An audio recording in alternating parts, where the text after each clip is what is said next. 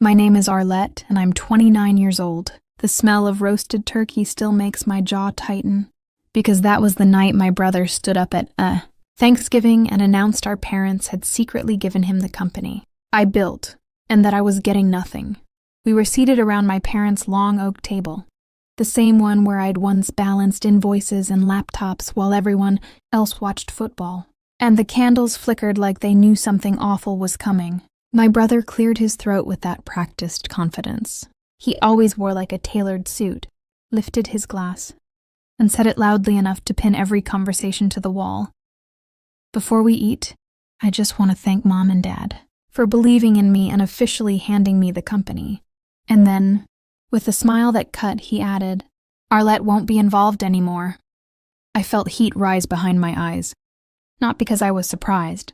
Betrayal has a smell too.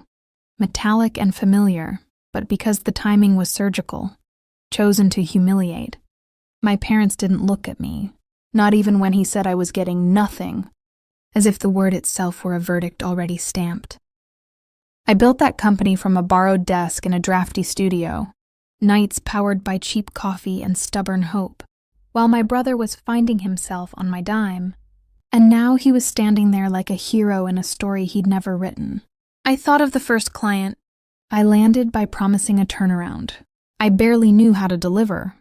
The contracts I negotiated with hands shaking under the table, the payroll weeks when I paid my team before myself because I couldn't bear to let them down, and all of it flashed through me.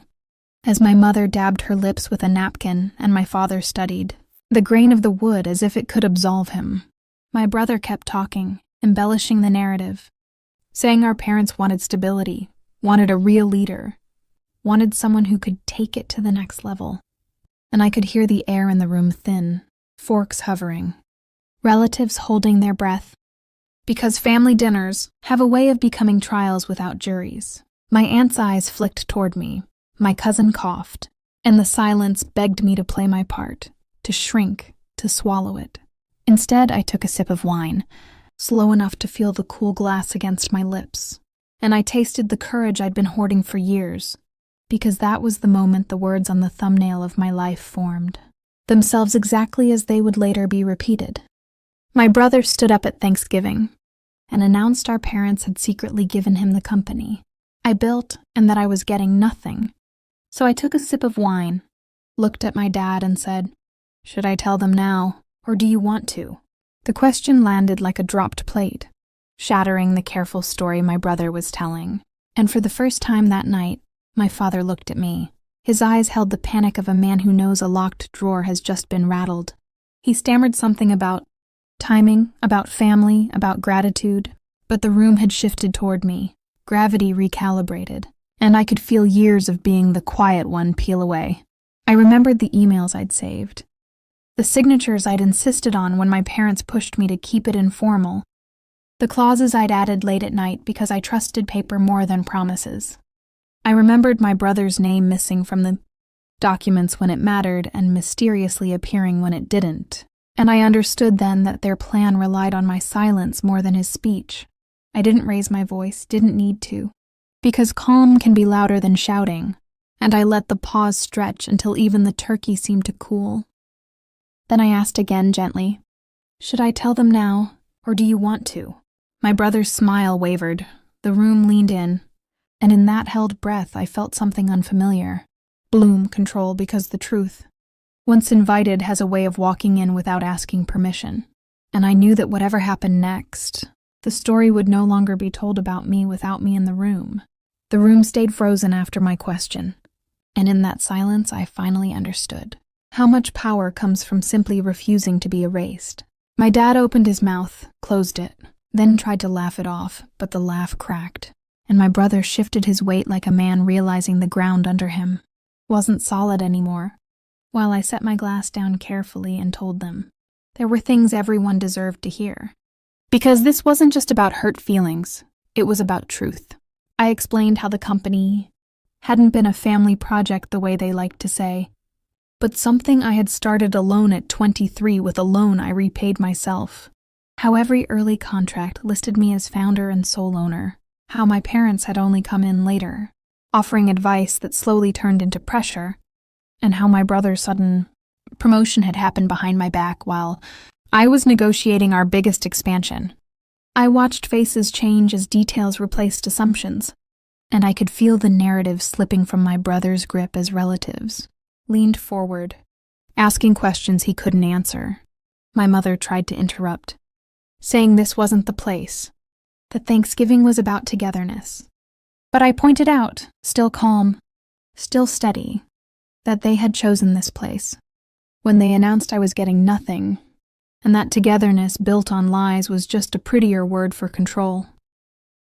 My brother snapped that I was exaggerating, that the company needed a stronger presence, and that he was only stepping up. And that's when I slid the folder I'd brought, unopened until that moment, across the table toward my dad, telling him he could either explain the signatures himself or let me do it. The folder contained copies of incorporation papers, equity agreements, and emails acknowledging my sole ownership. And as my dad flipped through them, his shoulders sagged, the weight of proof bending him forward, while my brother's confidence drained into anger.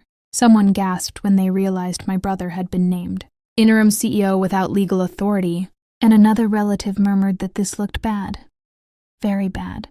I didn't relish their discomfort, but I also didn't soften the truth. I said I had discovered the transfer attempt weeks earlier, had already consulted counsel, and had decided to wait until Thanksgiving only because I hoped they'd choose honesty before spectacle.